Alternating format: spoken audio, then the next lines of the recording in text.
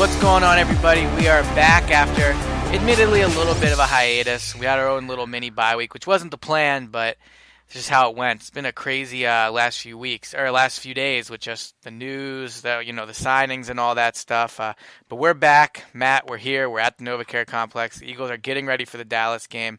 And I will say, even though it's been a little bit of a break for us from the podcast, you can really feel the excitement in the locker room, I think, for this game on Sunday. Yeah, Eliot, this is, I think, honestly, their biggest game of the year, and it's a chance for them to make a statement. We'll get into kind of the first half of the season, what lays ahead on the schedule of the second half of the season, and I got to throw down the gauntlet right here. I think that the second half of the year for this football team, it almost feels like it's the march to the postseason. It feels like after the 8-1 start, they've given themselves some leeway. There are some really tough games ahead. I don't think Sunday night's one of them. I think this team has a chance to make a statement against the Cowboys and really begin that march towards the playoffs. And I think it's going to be a lot of fun down there in Dallas. Yeah, I mean, not to sound cliche, but I really do think we're going to learn a lot about this team in 3 of the next 4 games. Yep. I mean, Dallas on the road, home versus Chicago, that should be a blowout win. But then at Seattle, at LA, I agree, and I think, to let the cat out of the bag early, I think we both think they're going to beat the Cowboys. But, I mean, this game on Sunday is going to be tough, and then you have the Seattle and LA one. So even though they're 8-1, even though I think the postseason's almost a lock at this point, look, the reality of the NFL is you could lose any week, and if they lose 3 of these next 4 games, I don't think they will, but there's certainly possible losses. Things will be really different. But before we get into, all the news of the day and talking about the Cowboys, of course, it is Friday, and it is Fan Friday, so we want to read a review. Thanks to everyone that's been leaving the reviews. We've been getting some even though we haven't been doing podcasts, which is nice. Yep. So we're up to 222. My next goal is 300, and I think that was 300 by LA. I forget what we said, so we'll figure it back out. But thanks to everyone that's been leaving them. Matt, you want to read one? So we're going to read one from we're each going to pick one we liked. Go ahead. I liked one from Gorka Park, Fan Talk Show 2. He said, quote, I changed my rating from 4 to 5 stars. By the way, thank you for that. He says, after doing a benchmark listening of all Eagles shows on radio and podcasts, this one is for sure the front runner. It's well-informed contributors. My last input stays, though. I'd like more guests. That would be refreshing, especially if they were from out of town to provide new perspectives. Let me address it really quick. Because on the last podcast, not the one with Joe, who, by the way, congrats to Joe. Yep. He's going to be doing full-time at 94 WIP now on 6 to 10. I do think he'll still be doing the podcast, but either way, definitely congrats to Joe on that. Well-deserved. He's a hard worker. Absolutely. He grinds just like all of us. And fun story, I was actually co-workers with Joe Giglio back at 97.3 ESPN in Atlantic City. I did sports updates. I covered the Eagles, filled in on hosting, and he was their midday drive host. And it's just kind of neat to see the evolution of Joe Giglio go from part-time midday host at ESPN Radio in Atlantic City to working with us here at NJ.com to now going full-time at night. Congratulations to Joe Giglio. Congratulations to John Marks, who I worked with at The Fanatic. He moves to middays. So a lot of fun things happening around us, and a lot of people who have helped make this podcast special are doing some big things themselves. For sure, but with the guests, I know we said that if you leave comments, and if you left a comment with a guest you wanted, we would try to get that guy. I'm just going to be flat honest. We tried. Yep. We tried to get Dawkins. The Eagles said no. We tried to get Brian Westbrook. He just wasn't available. So it is what it is. We're sorry about that one. I feel bad that we said we would do something and we didn't do it. But I'm sorry, and it is what it is. So I apologize for the people that took time to go and leave a comment and that we didn't get that done. Yep, and we'll get it done in the future, and there's a lot of football left to be played, and the more 5-star reviews that come pouring into the podcast, the easier it is for us to go to these guests and say, hey, here are our reviews, here's our rating, and the more amicable they are to coming on. So we tried, and there will be guests in the future for sure. So the review I liked, because I think it's a good segue into what I wanted to talk about at first. It says, Best Eagles Podcast, Facts, which is by Rotten Cheese Balls, all right. I love the hot take episodes. Are Ellerbe and Beatty starters or depth signings? Anyway, I love you guys. Keep them coming. So we'll just transition from the reviews now, and we'll start with those 2 questions. Yep. Are Ellerbe and Beatty starters or depth signings? I'll give my take first. Obviously, Will Beatty is not a starter for now. I think Vaitai is going to still start at left. Lane will start at right, and I think that's what they want to go for. And I think they would honestly now that Jason Peters is hurt, they would like those to be the starters next year in week 1. I think they would love if Vaitai grew into the role of a full-time starter. I do think Will Beatty is the top backup tackle now, though. I don't think that's Samalu anymore.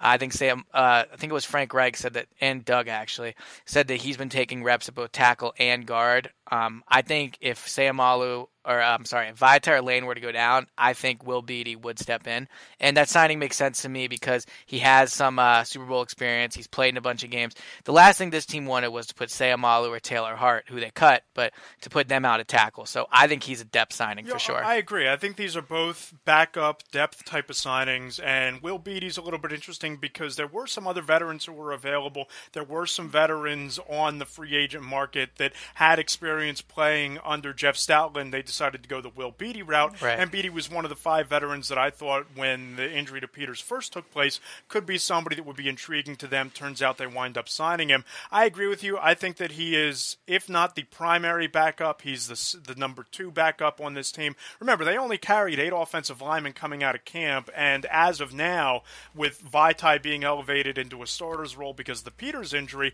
Sayamalu was the only player on this team that had tackle experience, not starting at either left or right at the moment, with Lane and Vaitai being your 2 starting tackles. So Beatty gives you that kind of depth.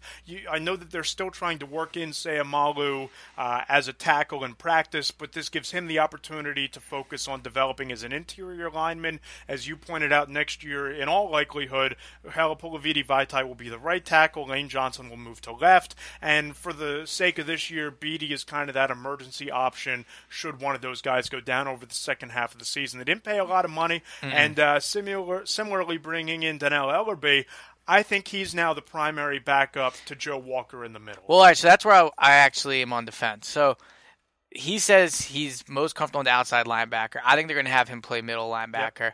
Yep. Obviously, in base defense, where they have where they run a 4-3, you're going to have Bradham and Kendricks out there. Joe Walker has been the top middle linebacker there, and he's played well. I mean, it's hard sometimes to completely break down the play of a middle linebacker, just to be honest for me, but they are doing great against the run, which is primarily when he's in there. They're number 1 in the league, and he's played a role in that. I think he's made some good plays against the run. The question will be whether, and so when they take Walker off the field, Ellerbe won't be on there either. It'll still be Kendricks or Bradham. But I'm not so sure that it's a guarantee that Ellerbe isn't going to maybe overtake Joe Walker at the starting middle linebacker spot when they're in base defense, just because Ellerbe has more playing experience. I think he came. I mean, talking about his locker on Monday or Wednesday, this guy's confident, and he's coming in here thinking that he's going to play. He's coming in here to prove people wrong. And even though he's obviously older than Joe Walker, he's been a really good player in this league for a while. Injury prone.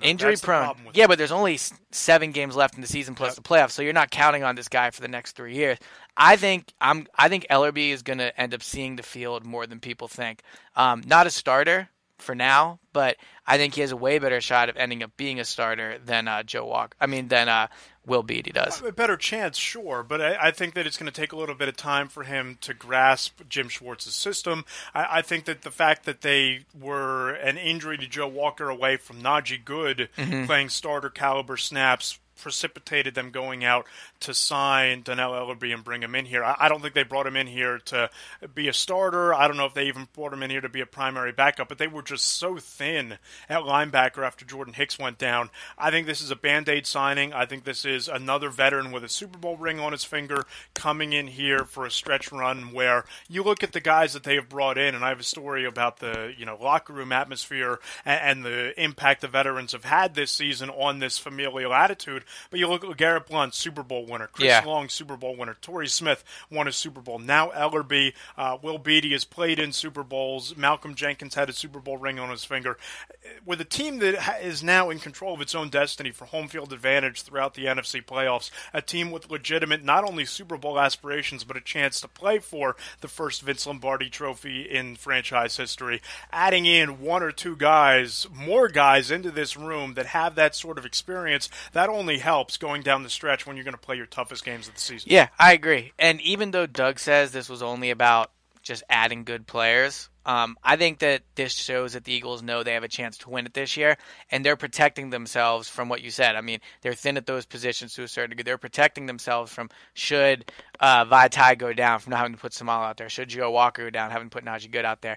So those are obviously moves for now. But the one thing I do want to talk about before we get into the Cowboys is do you have something else to add on that? I was going to say on these two moves, I think that, not that it's a segue into talking about the game, but I think that these two teams are now becoming a bit of opposites of each other, because what we saw last week against Atlanta for the Cowboys, you saw Sean Lee go down, all-pro linebacker.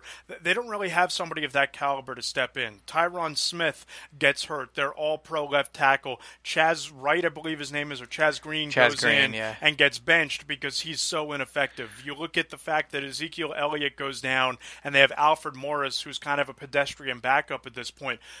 Those are the reasons why the Cowboys are vulnerable, not only this week, but I think it could derail any chance at winning a wild card. Whereas you see the Eagles being proactive over the last 2 weeks. You make the trade for Jay Ajayi to bring in veteran depth, not only behind LeGarrette Blount, but perhaps making him your starting running back as early as this week. You bring in Will Beatty to back up Lane Johnson, Halapoulivaati Vaitai, who, just off the street, is an equal to Chaz Green and maybe even an upgrade over what the Cowboys have. You bring in Ellerbe, and you look at the fact that Sean Lee is hurt. They don't have anybody capable to step in. The Eagles now have Joe Walker and Ellerbe filling in behind Bradham and Kendricks in the nickel, and after Jordan Hicks gets hurt.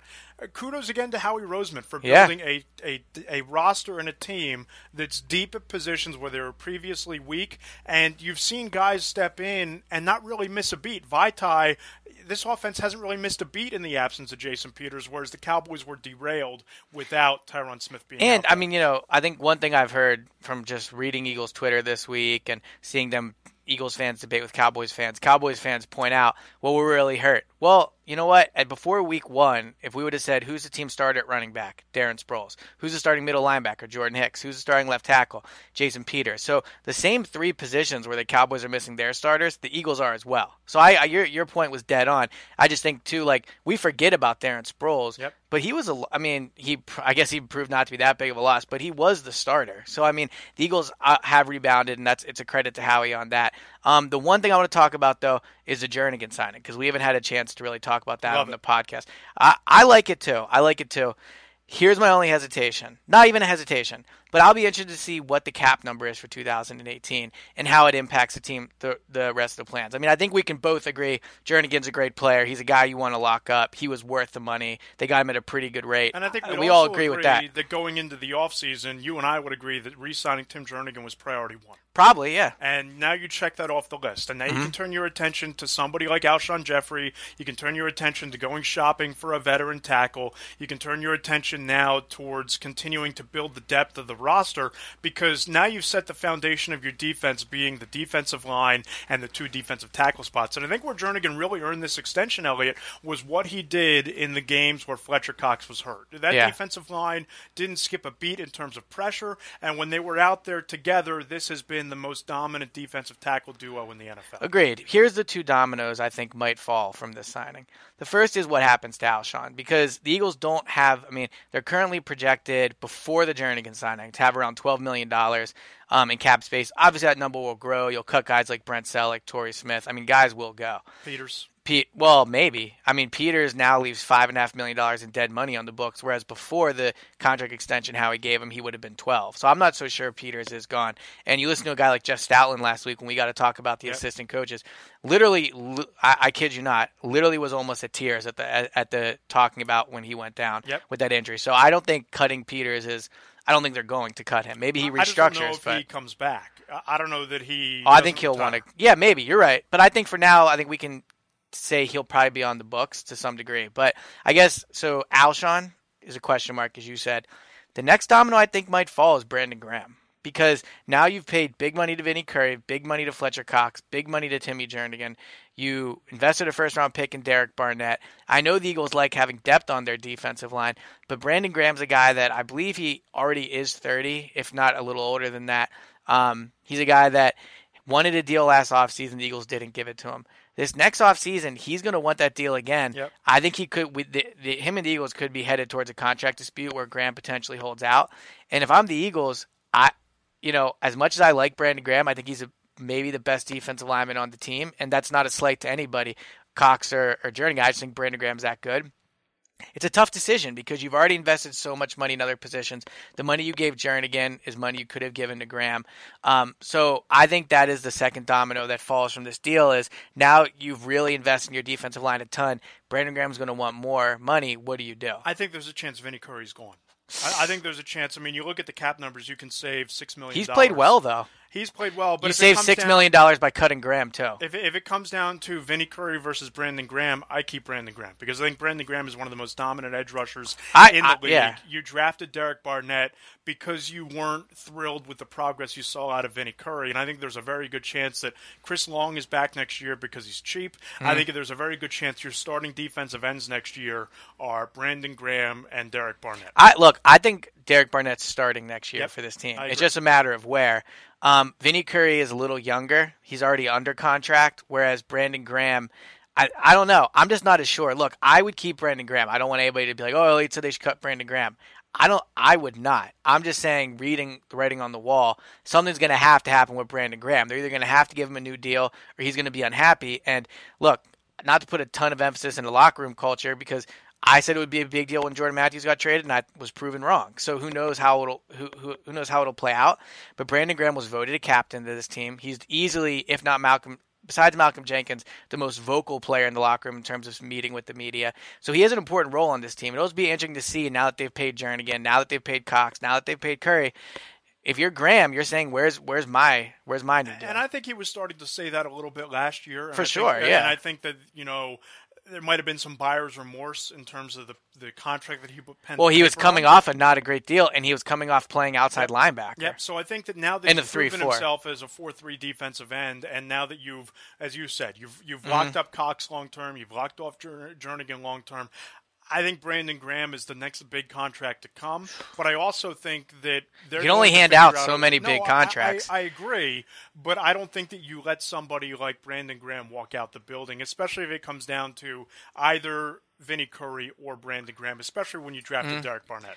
I agree with you 100%. I'm just saying I think this is going to be something we do a podcast about this offseason. There's going to be contract disputes. There's going to be what do they do with them. There's going to be rumors of trade. I think that this is a story that not enough people are talking about. Right. That's going to come. That was going to come either way, but now with the Jernigan signing, even more so, I think this is going to be an issue for the Eagles. But I think the bottom line is, regardless of what plays out at defensive end, that was going to happen anyway.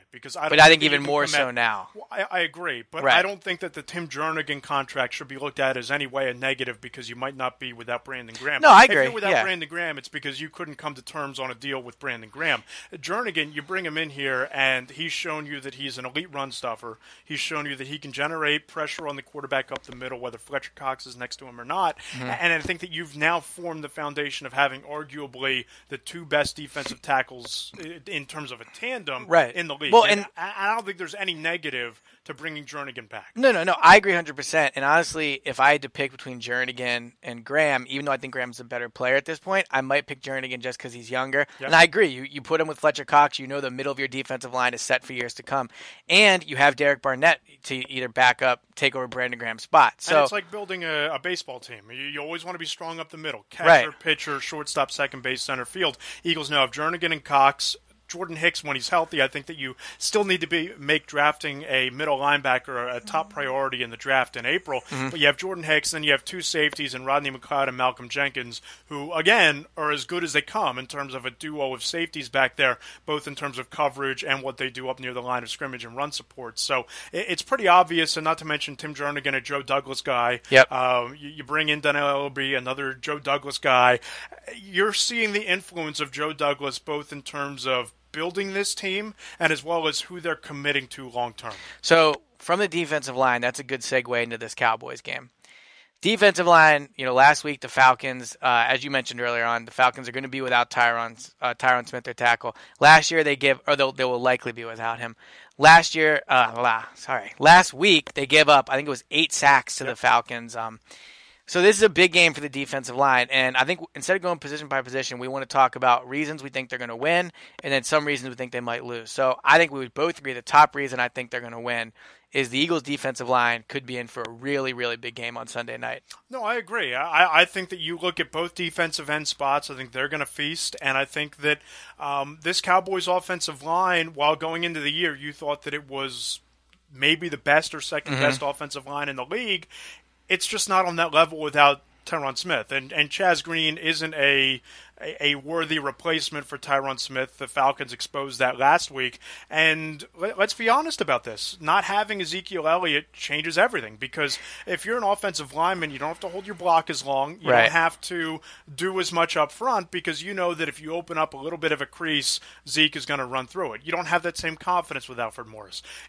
Dak Prescott doesn't have that same pocket presence when he's feeling the pressure off the edge. And we talked all year last year about the difference in Carson Wentz when he had Lane Johnson versus when he didn't, and he performed terrifically against the Carolina Panthers this year without Lane Johnson. But you saw last year the difference in not having your security blanket of an offensive tackle, what that does to a quarterback, and you saw Dak Prescott suffer through that for the first time on Sunday. I don't think that's going to be any different this week. And the thing about their loss to the Falcons is you look at the run sheet, the stat sheet, and you go, all right, well, they averaged 5.1 yards a rush. That's not that bad. But a lot of those came on one or two big carries. And a lot of it came off of Dak. Dak had to rush for 35 of their yards and a touchdown. And not to diminish big runs, because obviously, they're huge in games. But what you saw was Dak had to put up with a lot more third and longs than he was normally used to. And that's another reason I think the Eagles are going to win this game is the Eagles' run defense. I don't care if Ezekiel Elliott was back there. Obviously, if you're the Eagles, you'd prefer not to face him. But this run defense is elite. I mean, they're the best run defense in the NFL. They're giving up, I think, only 66 yards a game. People aren't even running on them. So this is I think no matter who was back there at running back, the Eagles were going to be able to shut down the Cowboys. But now you look at it without Ezekiel Elliott, the Eagles' defensive line, in addition to getting pressure on Prescott, is really going to be able to shut this run game down, I think, and that's going to put Prescott in a really tough spot. No, I think so too, and I think that you can also look at the Eagles' offensive line, and we could talk all we want about DeMarcus Lawrence. I think he enters with 11.5 sacks. This is just the latest pass rusher in a parade of pass rushers that lines up opposite of Lane Johnson. I mean, and he shut them all down. Von Miller, he manhandled them all day, earned the game ball from that game against the Broncos in his locker. You look at what he did, Joey Bosa and Melvin Ingram. He won those matchups. It just seems like every time there's an elite pass rusher opposite of Lane Johnson, he's won those battles this year. And I think he's taken great pride in winning those matchups against the top edge rushers in the league. This is going to be no different. And I think that the Eagles' offensive line is playing at a level right now that the Cowboys' offensive line has played at over the last couple of years. And even though the Eagles' Week 17 game against them last year, you can't really take a lot from it. But their Week 8 game, I know that they did lose the game, but they were up 10 points with 10 minutes to go. I mean, they, in my opinion, dominated that game, and they blew it. They just flat out blew it. But I think this year you're going to see an Eagles team that, one, is better at winning close games. I mean, obviously you've seen that this season. But two, I really think they're going to have that loss on their mind. And I think the Eagles are just a flat-out better team. But one area that I do think the Eagles have an advantage is actually, I think their cornerbacks match up very nicely with the Cowboys receivers. That's another reason I think they might win. Is that I think Rasul Douglas and Jalen Mills match up nicely with Dez Bryant. It'll be interesting how much Ronald Darby plays. It seems like he's set for a full workload. I think maybe they ease him in a little, but he's going to start. It looks like Rasul Douglas to the bench, which is kind of a shame because I think he matched up well with Dez. We'll see how Darby does. Will match up pretty well too because he's not going to get beaten over the top by Dez, and we can look at Rasul's. I mean, Devontae Parker beat him deep in preseason, and Terrell Pryor got behind him in Week 1. I'm not saying that. I'm not saying he's going to get beat up and down the field by Dez, but I think Darby has. Look, Jalen Mills and Rasul Douglas both played really well over the last 10 weeks. Up and down a little bit, but for the most part, very well. Darby has something to prove, to me, at least on Sunday night. I mean, he's barely played in the preseason. His first year in the defense. I think he could struggle on Sunday night, and it's not a reason to throw the red flag or to be worried or anything, but I just think it's just a tough spot for him personally on Sunday night. Yep, but I don't think, as you said, I don't think they're going to ease him in. From everything we've talked about and everything he's talked about, he's going to be the number one corner. And unless he feels like he needs a blow or he feels like his stamina isn't quite back up to snuff, having not played since week 1, he said he's not afraid to tap out for a couple of plays. But I don't think this is going to be a Jay Ajayi situation where it's his first game in an Eagles uniform, or in Darby's case, his first game back, and you're only easing him in with a package of 15 or 20 plays. He's the corner. He's going to be out there. And he's, if not on an island, he's going to be matched up against Dez, maybe with some safety help over the top, which I think is going to be interesting to see how Jim Schwartz schemes, because, they have some other wide receivers and some secondary options, but Dez Bryant is probably the best of the bunch.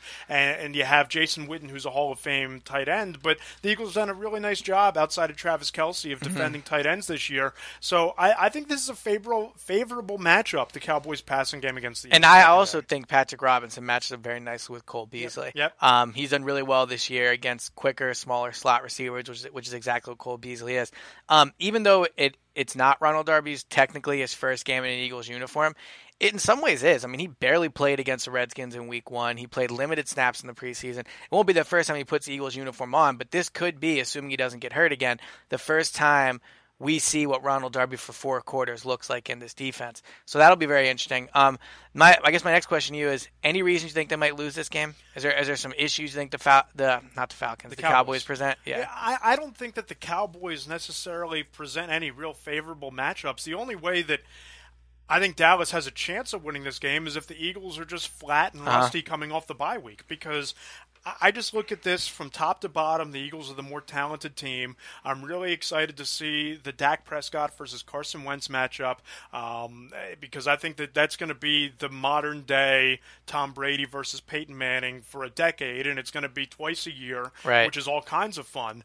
But I just don't think that this Cowboys team, particularly without Sean Lee, particularly without Ezekiel Elliott, and without Tyron Smith, I just don't see the matchups that they win against this Eagles team. And I think that if the Eagles blow them out, which you wrote about earlier this week, if they win this game and win it in decisive fashion, then not only does their magic number to clinch the division drop to just 3, which means they have to win 3 more games to clinch the division, which is pretty incredible based on what we thought they'd be prior to the year, but it solidifies them as the team to beat in the NFC. And they're going to have a nice warm-up game against the Bears, but then you get into the set of games that's going to define this schedule and define this season are at Seattle and at LA. You take care of business against the Cowboys, that's your season. It's a 2-game season to decide home field advantage, and I think that what the Eagles have done so far sets them up to be in a position where even a split puts them in the driver's seat to win home field. And, I mean, look, there is a shot that they come out a little flat. If I remember correctly, they had a long time off between the Panthers and the Redskins, right? That was a Thursday night